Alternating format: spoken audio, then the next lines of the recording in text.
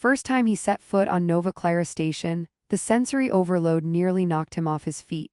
Not literally, of course. Gravity was adjustable in the public zones, which was probably a good thing given how often he tripped over his own shoelaces. But the cacophony of lights, sounds, and alien shapes was enough to make a human head spin. Ships of all sizes drifted lazily through the docking bays, some shaped like giant crystalline teardrops, others more like metallic jellyfish with flickering bioluminescent tendrils. The scent of exotic spices, both fragrant and suspiciously pungent, mingled with the tang of ionized metal in the air, and somewhere overhead an advertisement floated by as a three-dimensional hologram. Guaranteed anti-gravity slippers. Make your feet dance without falling? The protagonist, Clark, because yes, he had that name, muttered a sarcastic, "Perfect. Exactly what I need," though he wasn't entirely sure if he was talking about slippers or surviving the next 5 minutes of navigation without embarrassing himself. Clark's first misstep came almost immediately. A three-headed merchant whose middle head kept sneezing tiny puffs of neon smoke leaned forward to greet him. "Welcome, interested in biosymbiotic pet rocks." The left head winked, the right head sneezed again. Clark, in a panic, bowed. Unfortunately, his bow was too deep. He stumbled, tipped over a floating crate of glowing orbs, and muttered something that sounded suspiciously like a human swear word, but it got lost in translation into the merchant's language as an unintentionally flirtatious compliment. The three heads blinked in unison, and Clark decided that discretion was the better part of valor, at least until he stopped flailing. He glanced up then and froze. There she was, standing near a fountain that defied all known laws of physics, water droplets floating lazily in zero-G, catching the neon lights and scattering them like a miniature galaxy. The alien princess looked almost human, except for her long, elegant ears which seemed to have a mind of their own. One twitched at a sharp sound, the other arched curiously as she tilted her head to watch him. Her hair shimmered like liquid silver, reflecting the drifting lights around her, and her eyes had that peculiar depth some humans called otherworldly, though Clark suspected terrifyingly beautiful was closer to accurate. She was laughing quietly at something someone said across the plaza, but Clark's focus narrowed until he could only see her. He decided then that he needed to make an impression. The problem was he had no idea what counted as an appropriate human gesture in a place like this. Weapons might be considered impolite, handshakes potentially dangerous. He needed something simple, something universally understandable. Flowers, he remembered that from old Earth movies. Flowers, yes, a bouquet would do. The market he found was a circus of oddities. Vendors in gravity-defying carts shouted in languages that twisted and curled like smoke. One offered a fruit that looked like a tiny sun, pulsating gently. Another sold a scarf that hummed when touched. Finally, he stumbled upon a stall with flowers that seemed almost shy, their petals curling in intricate spirals, glowing faintly in shades of violet and gold. The vendor, a squat, furry creature with 4 eyes and a suspiciously polite cough, handed him the bouquet and nodded sagely. "For the princess?" it asked. Clark blinked. Yeah, sure, for the princess." He handed over some crumpled credits and hoped that was correct currency, though he had no idea what kind of insult he might be committing. Armed with his flowers, Clark navigated the crowded plaza, knocking into a hovering robot waiter, narrowly avoiding stepping on a tiny, jelly-like pet that yipped like a squeaky toy, and muttering apologies in every language he could manage, which was basically English, some Spanish he vaguely remembered from school, and a lot of hand gestures that probably looked like interpretive dance. The princess noticed him immediately. Long ears twitching, she raised a brow in a way that suggested both curiosity and amusement. Clark, attempting nonchalance, held out the bouquet and said, Hi, I thought you might like these." The words stumbled out of his mouth, tripping over one another, but the flowers remained intact, glowing softly in his hands. Her reaction was unexpected. She leaned slightly forward, studying him with an expression that was equal parts amusement and genuine interest. "You brought these for me?" she asked, her voice smooth, musical, yet with an edge that hinted she could command a room without raising it. Clark nodded, feeling suddenly aware of how awkward his entire species probably looked in the presence of interstellar royalty. "I mean, yeah, they're flowers from somewhere safe, I think." A laugh escaped her then, light and warm, and Clark felt the corners of his mouth twitch upwards. Her ears twitched in sync with the laughter, one curling forward as if pointing at him in mock accusation. Safe, she repeated, mock serious. Do humans always give strange, glowing plants to women they barely know? Clark blinked. No, not always, just sometimes. The truth was, he had never tried to impress anyone like this before, especially not someone who looked like she could order an entire fleet of ships into orbit and still have time for tea. Instead of scolding him or calling security, which Clark had fully expected, the princess tilted her head, her long ears arching gracefully. I like your style, she said finally, leaning casually against the floating fountain. It's refreshingly reckless. Clark almost choked on air but managed a weak thanks, I think. Somewhere behind him, a small drone whirred by, projecting an animated banner that read, Galactic Etiquette 101. Do not drop flowers in front of the princess? Clark ignored it. He didn't have the mental bandwidth to care. Right now, all he could focus on was the fact that the princess was smiling at him, ears twitching like twin antennas tuned to his awkward frequency. You know, she added after a moment, tilting her head so that her silver hair caught the floating light just right, most humans would have tripped over themselves entirely. You survived, that's impressive. She grinned, a playful sparkle in her eye. Clark, flustered beyond belief, stumbled backward slightly, almost dropping the bouquet, which he caught just in time with a muffled, oh no no no no. Her laugh rang again, a melodic chime that seemed to echo across the plaza. You have a charming way of failing, she said. Not many can pull that off. Clark, unsure whether to be offended or elated, settled on a weak bow. Thank you, your royalness, princess. That will do, she said with a wink. Her ears twitched again, almost like a signal of approval. Follow me, I'll show you the palace gardens. Maybe you can survive those, too. Clark hesitated, wondering if he should run, hide, or faint.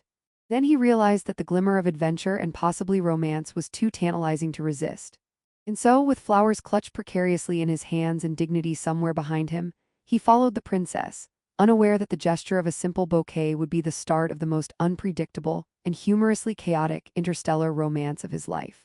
The chapter ends with him stepping through the palace gates, stumbling over his own feet again, while the princess watches, amused, and the floating gardens of Nova Clara await in all their zero-gravity, bioluminescent glory.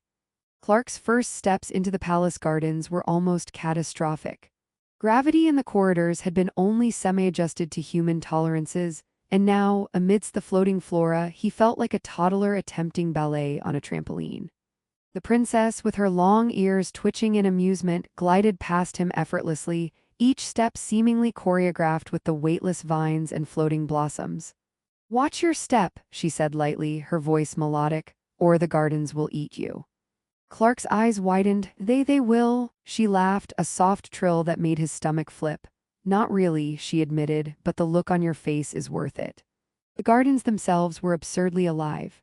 Flowers drifted in midair like tiny moons, responding to voices or gestures, some even leaning closer as if curious about Clark's human scent. One particularly stubborn violet bloom drifted straight toward him, tapping his nose with a soft puff of pollen that made him sneeze explosively. Bless you, the princess said with mock seriousness, waving a delicate hand. You're a disaster waiting to happen. Clark mumbled, I'm trying. She tilted her head, ears twitching, studying him as though weighing whether his survival was possible. Trying isn't the same as succeeding, she teased. They passed a pond where small, luminescent fish swam in intricate patterns midair, suspended above the water's surface by subtle anti-gravity fields. One of the fish shot a jet of glowing water straight at Clark, who yelped and flailed, narrowly missing a floating platform. The princess hid a giggle behind her hand. You do realize that human reflexes aren't built for this, right? She asked. Yes, I do realize that, Clark replied, dripping with pond water. Thanks for pointing it out, though. As they wandered deeper into the gardens, they came upon a grove of whispering trees, their leaves vibrating softly and producing faint musical tones. The princess plucked a leaf and held it near her ear. Listen, she said. Clark leaned close and realized that the sound resembled distant laughter, almost like a recording of people enjoying themselves at a party. When he tried it, the leaf merely hummed awkwardly as if disapproving of his attempt. I think it hates me, he muttered. The The princess's ears twitched in amusement and she laughed, a sound like wind chimes caught in a playful breeze. Or maybe it just doesn't understand your sense of rhythm, she said. Clark frowned. I assure you it's impeccable. Their conversation began to drift from the gardens into broader topics. The princess asked him about Earth customs and he, in turn, tried to explain the absurdity of human traditions. We celebrate with cake and candles, he said, waving his hands. Sometimes we sing badly, sometimes we eat too much, and occasionally we set things on fire accidentally. The princess's long ears twitched sharply. Sounds chaotic, she said, and yet endearing. Clark swallowed, unsure whether that was a compliment or a veiled insult. Mostly endearing, she added quickly, reading his expression. While he struggled with the human-to-alien etiquette translation, their laughter drew attention. Small drones hovered nearby, recording their interaction, likely for palace archives or entertainment purposes. Clark tripped over a floating root, grabbed at a hovering flower, and ended up spinning in a slow circle, unintentionally performing what the princess called a human dance of grace and panic. Bravo, she said, clapping lightly. I'm adding that to the archives. Clark grimaced. Great, future generations will know me as the idiot who almost destroyed the royal gardens. She laughed again, only almost. That's an improvement. The deeper into the gardens they went, the more Clark noticed subtleties of alien horticulture. Plants responded not only to sound but also to emotional energy. The princess demonstrated, placing her hands over a floating orchid. It bloomed in bursts of turquoise and pink, petals spiraling outward with elegance. It reacts to emotion, she explained. Clark, feeling self-conscious, placed a hand over a drooping lily. Nothing happened. I think I broke it, he muttered. She leaned over, ears twitching, and touched the flower herself. It burst into vibrant green and gold. It doesn't like hesitation, she said, a teasing smile on her face. You'll learn quickly. By mid-afternoon, they stumbled into a clearing where holographic projections formed the illusion of a small night sky, stars twinkling above them, planets drifting slowly in a simulated orbit. The princess gestured at it.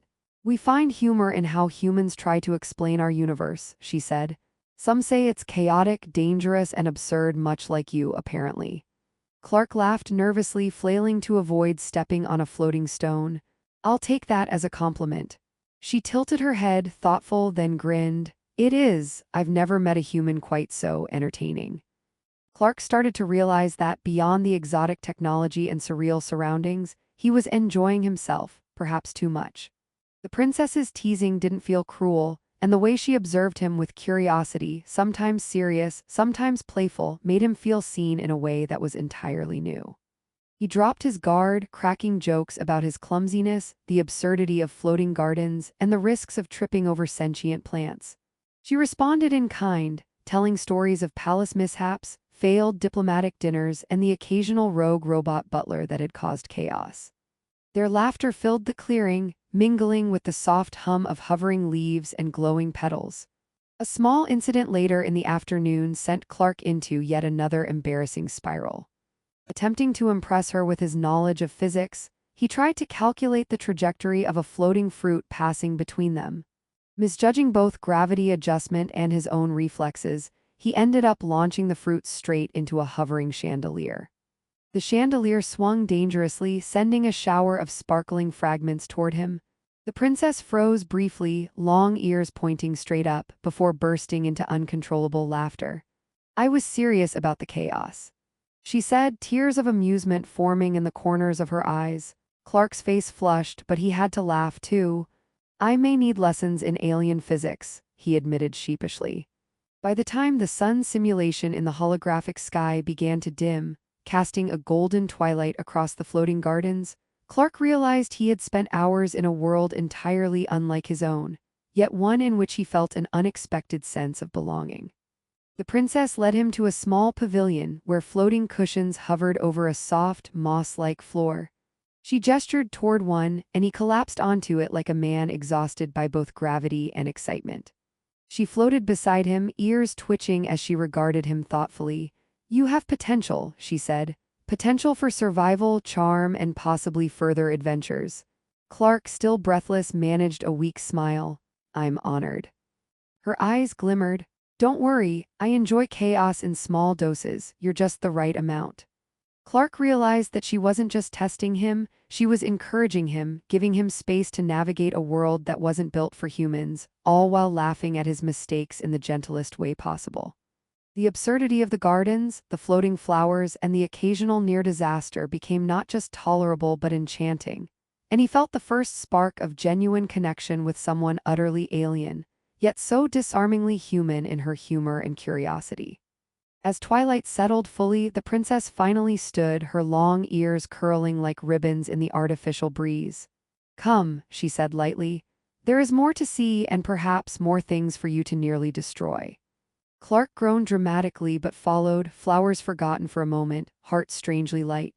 He realized then that this would be no ordinary visit, and he might, against all odds, survive both the palace gardens and the alien princess's teasing, perhaps even find something unexpected in the process. Clark barely had time to catch his breath as the palace preparations for the ceremonial gathering reached their chaotic peak. Holographic banners swirled above the central plaza, projecting congratulatory messages in a dozen alien scripts while small drones zipped about, adjusting lights, polishing surfaces, and occasionally bumping into each other with squeaky little protests.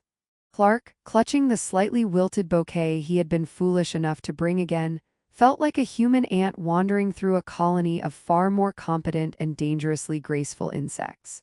The princess, by contrast, floated beside him effortlessly, her long ears twitching like delicate radar dishes, silver hair flowing around her in zero-gravity currents. She looked spectacular, serene yet mischievous, while Clark looked, well, he looked like a human attempting to blend into an alien dreamscape with the elegance of a puddle. He reminded himself repeatedly not to drop the flowers. Not again, and yet, as he stepped onto a floating platform that served as the entryway for the guests, his boot caught the magnetic edge, sending him into a graceless spin. He flailed, arms flapping, until miraculously he landed upright, bouquet intact, and the princess's laughter trilled behind him, light and teasing. "Survived again," she said, ears flicking in amusement. "Barely. But I'll give you a B for effort." The plaza was alive with a mix of aliens, dignitaries, and curious humans who had been invited, or had sneaked in, Clark wasn't sure which. Floating tables bore exotic foods that shimmered, changed flavors mid-bite, and occasionally emitted faint, polite laughter when eaten incorrectly. A band of robotic musicians played tunes that seemed impossible to reconcile with physics, drumming on instruments that hovered and pulsed in patterns too complex for human coordination. Clark, trying to navigate this absurd circus of diplomacy, whispered to the princess, "I don't know if I'm ready for this." "You were ready yesterday," she said, glancing at him with amusement. "You survived plants, gravity, and near-death by chandelier. I think you can handle a party." Clark gave a weak, tremulous smile, wishing desperately for invisibility technology or a conveniently timed wormhole to swallow him whole. The ceremony itself began with a flourish of levitating banners and a projection of a twin sun rising over the horizon of her home planet, casting kaleidoscopic light across the plaza. The princess led him to the central dais where he was expected, he guessed, to perform some sort of ceremonial gesture. Clark's palms were sweaty. He had no idea what humans were supposed to do here. He glanced at the princess, whose ears flicked once in a signal of reassurance. Her silver eyes sparkled with anticipation. "Just be yourself," she said, voice soft. "And maybe try not to annihilate the ceremony with your unique charm." He took a deep breath, stepped forward, and presented the flowers. The crowd hushed, Clark's knees shook. A small, hovering pet of the royal family sniffed at the bouquet and promptly declared them unworthy, emitting a series of whistles that sounded like judgment. Clark grimaced but pressed on. Then the unexpected happened. The princess leaned forward, eyes locked on him, and said simply, "Will you marry me?" Clark froze, the words echoed in his head. Marry him, the human him? After all the chaos, the flailing, the near-deaths, the awkward jokes, and the failed attempts to blend into alien etiquette. He stumbled over his tongue. Wait, what?" His mind scrambled desperately for a response. "You heard me," she said, long ears curling in a teasing arc. "Flowers, courage, charm, chaos, it all counts. Do you accept?" Clark blinked. The crowd of aliens, dignitaries, and hovering drones seemed to hold their collective breath. Somewhere behind him, a tiny food tray floated by, emitting a celebratory puff of confetti. He swallowed hard, heart-hammering, and finally managed a weak, I think yes. His voice cracked somewhere between disbelief and awe. The princess's smile widened and the ears twitched in delight. Good. Then it is settled, she said, taking his hand with a grace that made the bouquet feel suddenly mundane. The floating crowd erupted in applause, lights shimmered, and even the hovering fish from earlier in the gardens swam in joyful loops above their heads. Clark's mind raced. He had come to this station as a clumsy, uncertain visitor, barely able to navigate a market without disaster. He had tripped over plants, misfired a fruit trajectory, and nearly ruined the palace gardens more than once. And yet somehow he had survived, learned to laugh at himself, adapted to a world that defied all logic, and connected with someone entirely alien in a way that felt natural, unexpected, and profoundly exhilarating. He realized he had grown braver, more adaptable, and far less concerned with perfection, because charm, sincerity, and humor mattered more than flawless etiquette in the end. The ceremony continued with light-hearted chaos. Floating drones attempted to serve drinks and stumbled over one another. A holographic display of the princess's ancestors wavered and flickered humorously, and Clark accidentally activated a confetti burst mid-speech, covering himself in sparkling, sticky residue. The princess couldn't stop laughing, and Clark, shaking his head with mock solemnity, joined in. For the first time, he felt entirely at ease. After the formalities, the princess led him to a private balcony overlooking the city's orbital spires, where gravity was tuned just slightly off from Earth norms, making steps feel like dancing on a gentle wave. She leaned on the railing, her long ears flicking toward the glowing horizon. "You've been remarkable," she said softly, "not because you followed the rules, but because you didn't. You brought yourself, and that's worth more than any proper protocol." Clark exhaled, finally allowing himself to relax. "I was worried I'd ruin everything." "You nearly did several times," she said with a teasing smirk, "but I can't imagine it any other way." They laughed, sharing